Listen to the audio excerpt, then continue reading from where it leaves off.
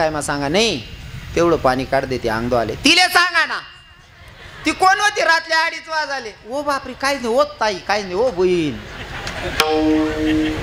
जेव्हा तुम्ही भक्ती करत असताना अंतःकरणापासून करतात ना तर सगळ्याच लोकांना मान्य असेल असं नाही तुम्ही भक्ती करत असताना सगळीच लोक तुम्हाला चांगलं म्हणतील अजिबात नाही तुम्ही भक्ती करतात त्याच्यातून चांगले म्हणणारे जरी असतील ना तरी नावं ठेवणारे पण असतातच बंगला बांधल्याच्या नंतर ज्यांना तुमची परिस्थितीची जाणीव होती ज्यांनी बघितलंय ते म्हणतील काही का असे ना भाऊ आप्पाच्या पोरानं बंगला बांधला बरोबर आहे ना पण ज्यातले किडा पाडणार हा बंगला का चालू बांधावास का भाऊ कोण्या मुंड्या मोड्या होती ना त्याने म्हणजे किडा पाडणारा कसा बी पाडू शकतोस बरोबर आहे की नाही हो तुम्ही भक्ती करायला लागला ना नावं ठेवणारे पण वाढतात जसं तुम्ही आता देवना मंदिरवर जा ना देवदर्शनले एखादी बाई जरी मंदिरवर जास होई ना गलीमानात आजूबाजूनात दुसऱ्याने पडेल रासाई आजूबाजूवाला एखादी बाई जर जास होई ना मग 2 बाया गलीमा उभा राहते माय हो गंगू हाय का मंदिरवर जाय राही हाय कैसली देव करायला लाग गई बाई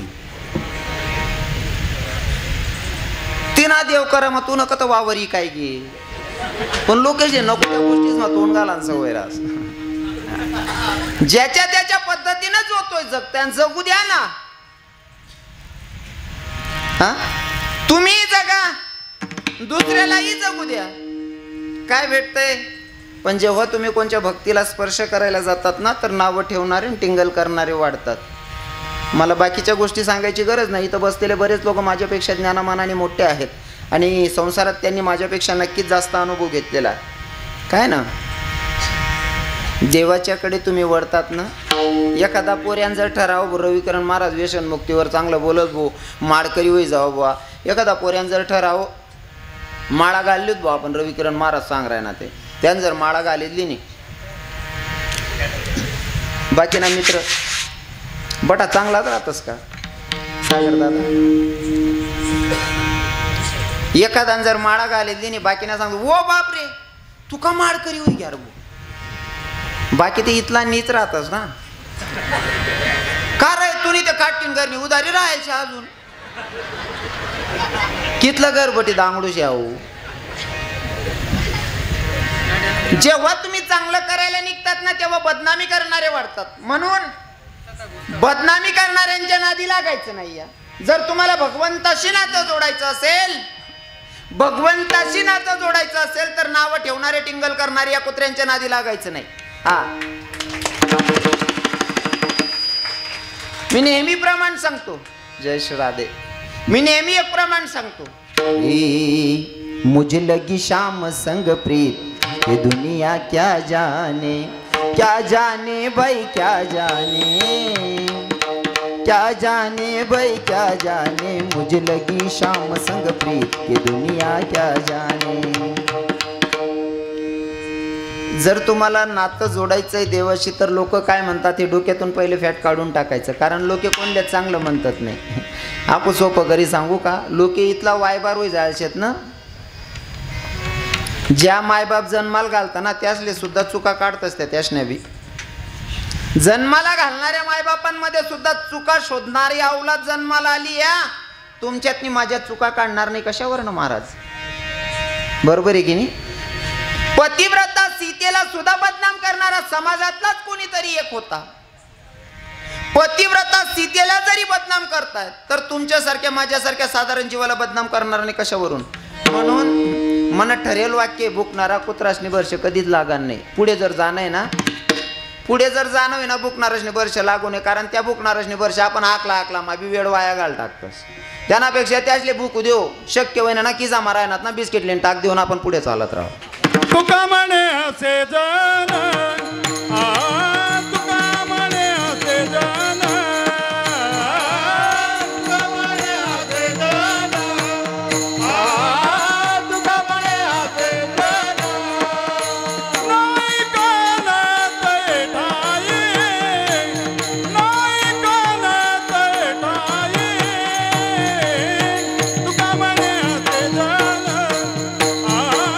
तुका म्हणे असे जन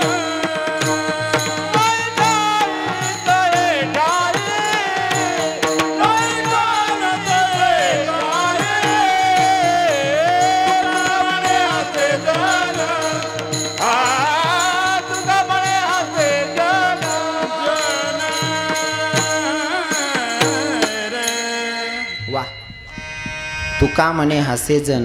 नाही कानत आहे. हा, ज्यांचं काम हसण्याचं ते हसणारच आहे, टिंगल करणारच आहे. जसं की तुकोबरायांनी सांगितलं होतं, कोणी निंदा कोणी वंदा, आम्हा स्वहिताचा धंदा. साठी किती खालच्या लेवलचं काम करायला तयार असेल अशा देवाला शरण जायला तुकोबराय सांगतात. साधकांचा प्रश्न आहे, साधकांचा प्रश्न आहे आणि उत्तर देतायत माझे तुकोबराय. सांगणाऱ्याचाही तेवढा अधिकार असला पाहिजे आणि ऐकणाऱ्याचा सुद्धा तेवढा अधिकार असला पाहिजे. कुणी कोणालाही सांगू नये, सांगणाऱ्याचा सुद्धा तेवढा अधिकार असला पाहिजे. कारण सांगणाराही तेवढा गुणाचा पाहिजे. सांगणारे तुकोबराय ना ऐकणारा समाज आहे. तुकोबराय सांगण्याचा तुकोबरायांचा अधिकार होता. किती अधिकार, स्वतः संत होते तरी स्वतःला संत म्हणले नाही. सांगणाऱ्याचा अधिकार पाहिजे. नाथबाबांकडे एक बाई गेली, पोराचा हात धरला. नाथबाबा, मा पोरग गुळ खाणं काही बंद करत नाही. म्हणली हो, पोरगानं गुळ खाणं बंद केलं पाहिजे. नाथबाबांनी सांगितलं, माई आई 8 दिवसाच्या नंतर आणा म्हणले तुमच्या पोराला. 8 दिवसाच्या नंतर नाथबाबांच्याकडे त्या बाईनं पोराला आणलं. बाबा, यो पोरगा गुळ खाणं बंद करत नाही. नाथबाबांनी सांगितलं, बेटा आजच्या नंतर गुळ खाऊ नकोस बरं. म्हणले ताई आता घेऊन जा त्याला. बाई म्हणे, बाबा गुळ खाऊ नको इथलंच सांग नव्हतं, मग त्या दिनलेच सांग देतात ना म्हणे. मला को 8 दिन मग काल बला वाटे. ताई, जेव्हा तुम्ही पोराला घेऊन आणलं ना, घेऊन आलात ना, तुमचा प्रश्न होता की या पोरानं गुळ नाही खाल्ला पाहिजे. जवळ तू पोऱ्याला लईने ना ताई म्हणे, तर मी जिथला गुई खाऊ ते मी कसं काय सांगू त्याला गुई खाऊ नको असं. पहिले 8 दिन मी गुई खाणं बंद कर म्हणे, तर तुला पोऱ्याला सांग भाऊ गुई खाऊ नको. कारण सांगणारा सुद्धा तेवढा लेवलचा असला पाहिजे तरच परिवर्तन होतं, अन्यथा ते शक्य नाही. बरोबर आहे ना. सांगणाराचाही तेवढा अधिकार पाहिजे. सांगणारे तुकोबाराय आणि ऐकणारा साधका. कोणत्या देवाला शरण जायचं की तो भगवंत भक्तासाठी किती खालच्या लेवलचं काम करायला तयार असेल अशा देवाला शरण जायला तुकोबाराय सांगतात. प्रमाण पाहिजे. कारण कोर्टात जर केस चालत असेल, कोर्टात जर केस असेल, जोपर्यंत पुरावा नाही तोपर्यंत केसचा निकाल लागत. पुरावाशिवाय केस जिंकता येत नाही. आणि पुरावा एक वर बी नाही, कमीत कमी 2-4 पुरावा पाहिजे तर केस जिंकता येते. मग आता तुकोबारायांनी सांगायला सुरुवात केली प्रमाण, की भगवंत कोणत्या भक्तासाठी खालच्या लेवलचं काम करतो सांगेल. पर भजन करा विठ्ठल.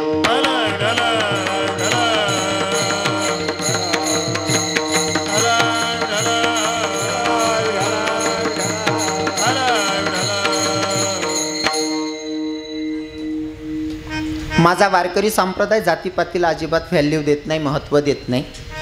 जात तीच खरी आहे. जर गळ्यात माड असेल तर तो वैष्णव आहे आणि तो वारकरी आहे, तीच एक जात आहे. वारकरी संप्रदायामध्ये जातीपातीला किंमत नाही. आणि अजून सांगतो, कदाचित तिथं बसलेल्या बऱ्याच लोकांना नियम माहिती असतील. वैष्णवाला गळ्यात माड आहे, माड असल्यावर जात विचारली तरी पाप लागतंय. विठ्ठल विठ्ठल.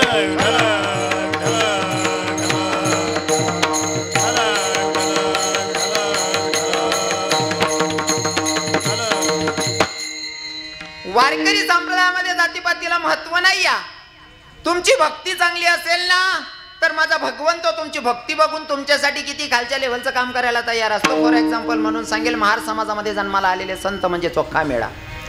महार समाजात जन्माला आलेले चोख्खा मेळा. चोख्खा मेळ्याच्यासाठी किती खालच्या लेवलचं काम केलं मोजून 5 मिनिटात सांगेल. लक्षपूर्वक ऐका. चोख्खा मेळ्याच्या बायकोला दिवस येतात. चोख्खा मेळ्याच्या बायकोला दिवस येतात.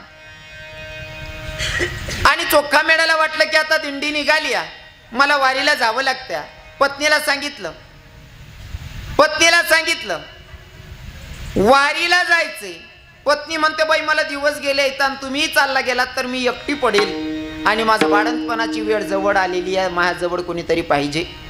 तुम्ही चाललात म्हणे, हो मला वारीला जावं वाटतंय ग, जावंच लागन. पत्नीने सुद्धा लगेच होकार दिला बरं का मायाव. नवरान सांगा मला दिंडी मा जाणं शे. बाईने लगेच सांग, सोयरा बाईने जावा माय म्हणे. आई जागावर जर आपण राहतो ते काय करतो काय का बटा देव काय चालला नाही वही घ्या. काय काय मावल्या ते कीर्तनले जाणारा नवरा सुद्धा मागे चिलकाच्या पकडल्या बाहेर एकल्याच्या ती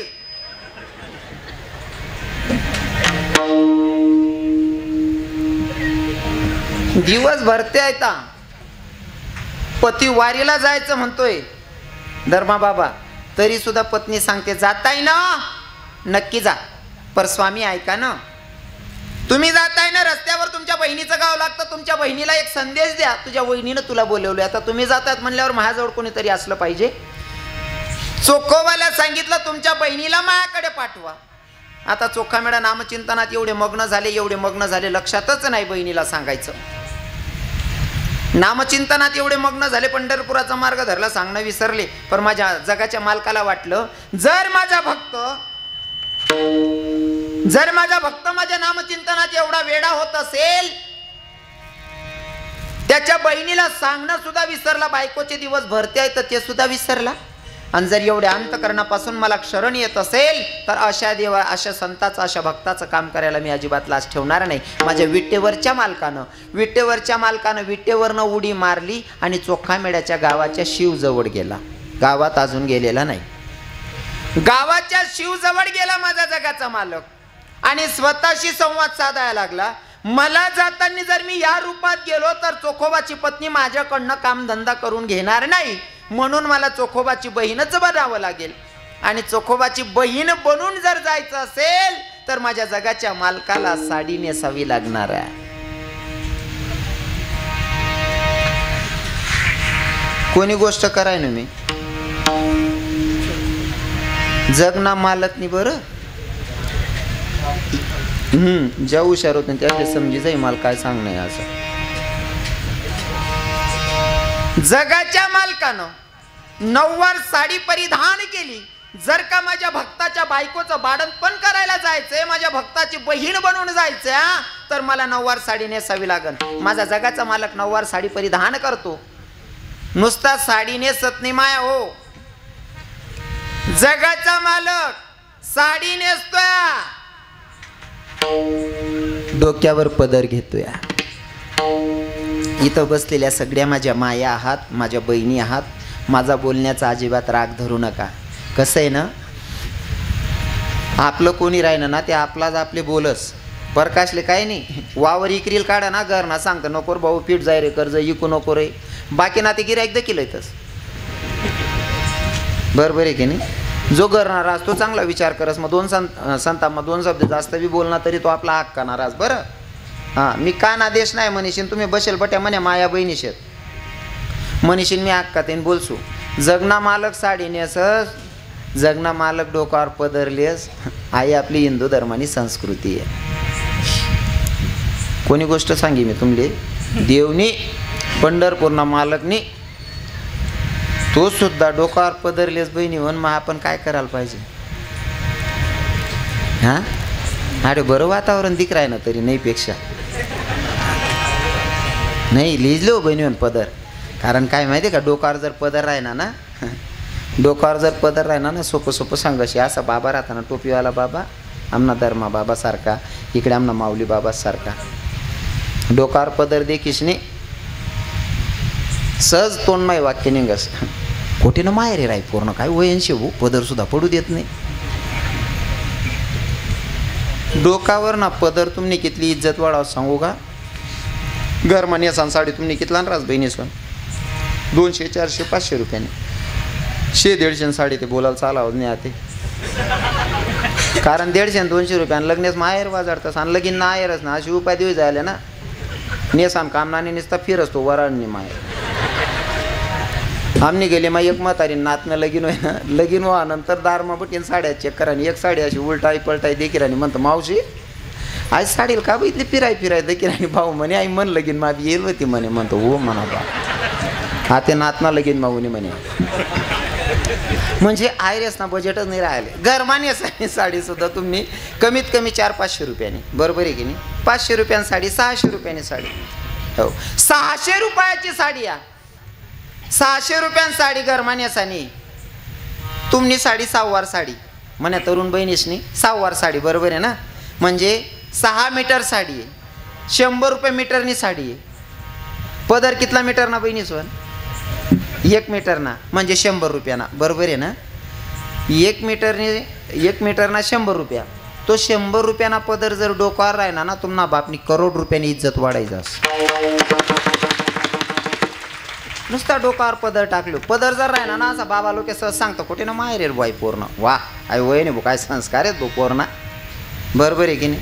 आको सांगू का, आपला कान्हा देशनी पोरगी राष्ट्रपती वेगळी, नाव काय त्या ताईनं?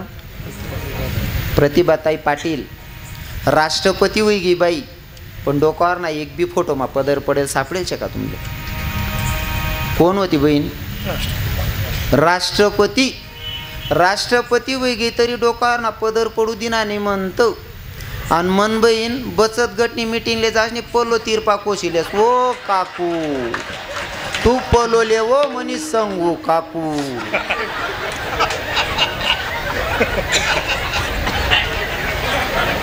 लिहिले हो बहिणी सोन पदर, काय फरक पडला ना पदर लिहा.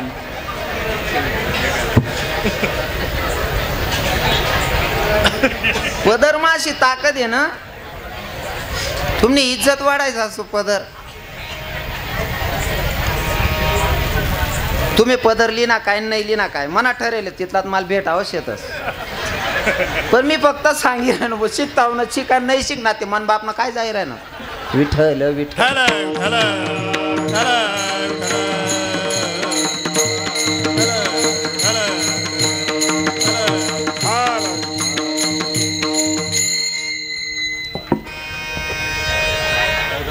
आपला कान्हा देशनी संस्कृती अशी आहे. बतडे बसल्या ना या हाटे मदार बस बागे बागे व्यवस्थित कोणीतरी हात धरल्या हो. हां बागे बागे बसल्या बर. फक्त स्पीकरनी जोडे नका. हां दूर बस. म्हणजे ऐकान करता जुनात का बाबा? बरं आहे. मला वाटणं ते टिपरो लाईन फिरायनात का नाही म्हणतो. बऱ्याच ठिकाणी उपाध्याय मी कीर्तन करा तुम्ही एक बाबा आहे ना असं लाकडी लिशने आज मागे पुढे फिराय का म्हणता. बाबा तुम्ही का बं फिराना, तुम्ही चाल द्यावं म्हणे. म्हणतो मग तुमले तारीख देणारले तर किरायनो म्हणे. म्हणता का तशी उपाधी होईल वाढेली. वा बाबा, बाबांना चालायला एवढा त्रास आहे तरी कीर्तनात येऊन बसले, ही आनंदाची गोष्ट आहे. हो धन्यवाद बाबा. काय सांगणार तुम्ही तुमले? चला ना आपला जो खाली येईल त्यावर जाऊ ना. मग राष्ट्रपती झाली बाई तरी सुद्धा डोक्यावरचा पदर पडू दिला नाही, ही आपली संस्कृती आहे. आणि आपली संस्कृती 2 शब्दात सांगेल, लक्षपूर्वक ऐका. आपली संस्कृती काय आहे? डोक्यावर पदर. डोक्यावर पदर, आलेल्या अतिथीचा आदर, सासू सासऱ्यांची कदर आणि पतीच्या सेवेला हजर, तिलाच म्हणावं इंडियन मदर. विठ्ठल विठ्ठल.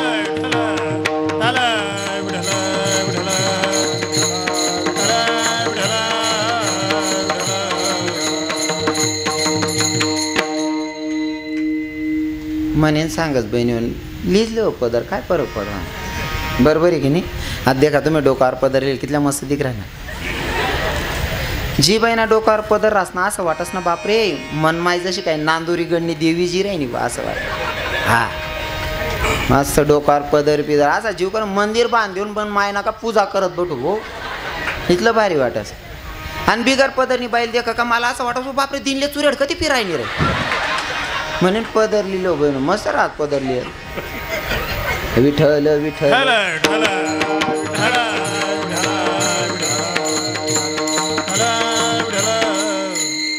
आता पदर बिदर ना ठीक आहे माऊली बाबा.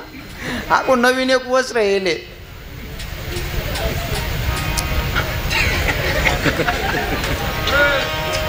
कोणतं बहिणी सो कोणतं मला दिखना बेकना ना ते चाकू घाले सुद्धा माठ टाकसून ते गाऊन कथाही नाही येले आणि काय येले काही सुधरत नाही माते. समजा शरीरले काही व्याधी असेल तर अजिबात बोलणार नाही मी. त्रास आहे तर नक्कीच घालायला पाहिजे. हो जर मोकळं वाटत असेल घालायला पाहिजे. आणि एखादी मायले सवय असणं ती मी विरोध करत नाही त्या गोष्टीसले. पण जर गाऊन घालाय घ्या ना बहिणीस पण रातले जर गाऊन घाला ना घालल्यावर ना आपला रूममा पडी राहा बाहेर शिलगानंद नाही. कारण तुम्ही गाऊन घालेन बाहेर फिरतेस ना. त्या पहिल्या लोक नाही का बाजरीवर ना चिडा उडावला लाकडे नाही काढलेत का, तशा दिखतीस का. त्यांना काय माप रास का काय रास, आडून दुडून सत्यानाच रासतो. हा त्या बाजरीवर ना चिडा उडाला त्या लाकडे गाड्याला तशा दिखतीस. म्हणेशील ना गाला ना घरमात छिल गाणं बाहेर निघालं नाही ते कच्ची म्हणा एखादा ब्याईन मर जाई ना तुमले. काहीच संबंध नाही आपला आणि त्यांना, तरी सुद्धा ते घुशी येले. आता माझा जगाचा मालक साडी परिधान करतो, नऊवार साडी नेसली, डोक्यावर पदरा, आणि गावात प्रवेश करायच्या आधी पहिल्या बसलेल्या माझ्या माया 40च्या पुढच्या ज्या मावशी आहेत ना त्या सांगतील, 50च्या पुढच्या, 60च्या पुढच्या या आजी माया सांगतील.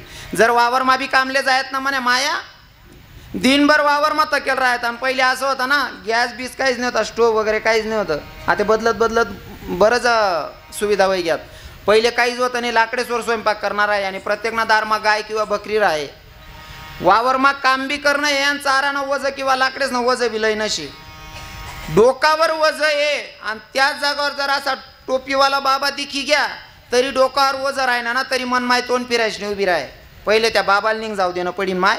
समोर जर चाली गोते म्हातारा सांगे आई पोरले वयनशे का नाही रे, मनीषीन समोरला म्हातारा निघेपर्यंत मन माय तोंड तिरप करीश न उभी राहे. बरोबर आहे ना माडी. आते गावमाना म्हाताराला तर किसने सुद्धा माहीत बी नाही नाताल कोण लागत असं, तरी सुद्धा त्या म्हाताराला देखील तोंड तिरप करीन उभी राहे. पहिले त्या म्हाताराला निघ जाऊ दे मग मन माय निघे. आते गावमाना चिल गाव होतं तर मन बहीण अशी चालच ना, सगळा सासरानं सुद्धा छातीनं बिल्ल मोठ टाकाल करत. हा को गाव म्हणा ना काय हिशोब राहील. बरोबर आहे ना, मर्यादा नाही राहिली महाराज. ते बरं आहे अजून खेडागावमा बरं आहे बा आखो. हो काय का बटाना रे, तुम्ही अजून बी भुकीच राहणार का रे, सुरू वय घेतणार म्हणा कीर्तने रे, भुकतीनच बुवा त्या.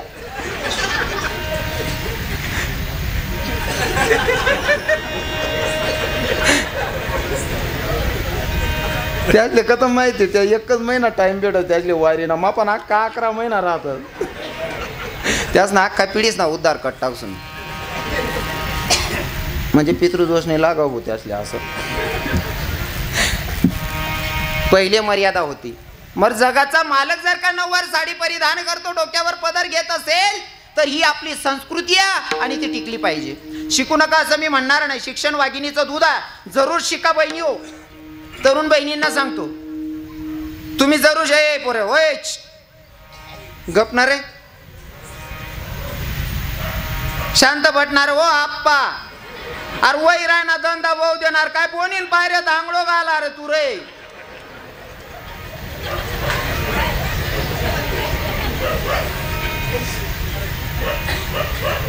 आता मर्यादा राहिली नाही. सासराला दखिनी पोर पधरलेत नाही सुनबाई. बहिणी होऊन शिका, खूप शिका, पण आपली मर्यादा कायम ध्यानमा ठेवा. सासूल मम्मी म्हणा, सासराला पप्पा म्हणा, पण सासरांसमोर जाताना डोक्यावर पदरलीच नीच जा. ही आपली संस्कृती आहे. बरोबर आहे की नाही. हां डोक्यावर पदर टाकलो पण आहे ना पहिला सासरा असले हो सुनबाया गैरी इज्जत देत, पण तो सासरा बी तसा होतात बाबा. सासरा बी इथला भारी होतात ना. सुनबाईंसमोर आहे ना पुढी सुद्धा चो येत नाही. नको हो मन सुनबाई काय म्हणे मन सासरा बी असा दिकच माय. बायकोन संगे सुद्धा बोल येत नाही म्हणतो सुनबाईंसमोर. म्हणा काय बोला मग तोल जाई भाऊ मन सुनबाई काय विचार करी, मन हो काय विचार करी माय मन सासराला अक्कल नाही काय बी बोल पडत मन सासूले. सगळी बायकोल सुद्धा बोले नाही म्हणतं. बायको सगळीच राज बुवा. बायकोले सुद्धा नवरा बोलाल घाबरे सुनबाईंसमोर एवढा तराडा होता. मनीषीन सुनबाया बी इज्जत करेत. हा त्यांना सुशिक्षित सासरा आहेतच. हा त्यांना सासरा ती वारी पाणी टाकस काही काम करस. अहो इथलची चड्डी घालीन गरमागर घरात फिरत. हो आप्पा तू चड्डी तरी मोठी घाल रे. हो काका तू इथलची चड्डी घालीन फिरायना ती बहीण कसाल पदरली बुतुल देखील. हा एक हाते टाळी वाजत नाही ना. आपले जर अपेक्षा असेल तर आपण पण तसं वागायला पाहिजे. बरोबर आहे की नाही. हो हे आपले नियम आहेत हिंदू धर्माचे. माझ्या जगाच्या मालकानं गावात प्रवेश करायचा, डोक्यावर पदर घेतला, पायातली चप्पल हातात घेतली आणि गावात प्रवेश केला. चोखा मेड्याच्या दारात आले आणि दारात आल्याच्या नंतर दरवाजावर थाप टाकली आणि वहिनी उघडा दार हाका मारी, वहिनी उघडा दार हाका मारी, वहिनी उघडा दार हाका मारी, वहिनी उघडा दार हाका मारी.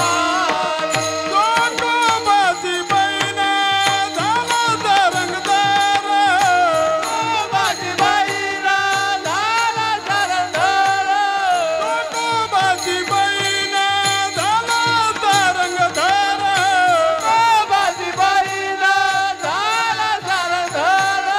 वहिनी उघडा दार हाका मारी, वहिनी उघडा दार हाका मारी, वहिनी उघडा दार हाका मारी, वहिनी उघडा दार हाका मारी. दरवाजावर थाप टाकली. आवाज दिला ग वहिनी, दरवाजा उघडना. चोखोबाच्या पत्नीनं दरवाजा उघडला आणि आतमध्ये प्रवेश केला माझ्या जगाच्या मालकानं चोखोबाची बहीण बनून. फक्त बेडूक असेल, दुसरं काहीच नसेल. तर माल पक्क माहिती बेडूकच होतं ना. नुसतं बेडूकले दखीन सुद्धा इथल्या आराय मारती या बहिणीचंच काय मोठं दांग जनावर निघणं बा. बोलू नका. जगाच्या मालकानं चोखा मेड्याच्या बायकोचं बाळंतपण केलं धर्मा बाबा, आणि चोखोबाच्या घरामध्ये बायकोचं बाळंतपण केलं. आणि माझा जगाचा मालक किती दिवस काम करतोय तिथं? 28 दिवस पर्यंत माझा जगाचा मालक चोखा मेड्याच्या घरामध्ये कामधंदा करतोय. धुणं भांडी केली, विशेष नाही. चोखा मेड्याच्या बायकोचं बाळंतपण केलं. पॉइंट नोट करा. रजस्वला स्त्री असेल तर रजस्वला स्त्रीला मंदिरात प्रवेश नाही 4 दिवस. बरोबर आहे ना? 4 दिवस अर्थात मूर्ती बसवली, त्याच्यात प्राणप्रतिष्ठा केल्याच्या नंतर मूर्तीत प्राण येतो, हे सत्य आहे. पण काही काही नास्तिक लोकांच्या भाषेत जर सांगायचं म्हणलं, मूर्ती दगडाची आहे, मूर्ती दगडाची आहे, पर त्या दगडाच्या मूर्तीच्या समोर जायला रजस्वला स्त्रीला 4 दिवस चालत नाही. अरे किती उदार अंतकरणाचा माझा जगाचा मालक भक्ताच्या बायकोचं बाळंतपण करतो दादा. किती उदार अंतकरणाचा आहे. इतका उदार अंतकरणाचा भगवंत असेल तर अशा भगवंताला शरण जायला तुकोबाराय सांगतात अभंगाच्या प्रथम चरणात. सदा वया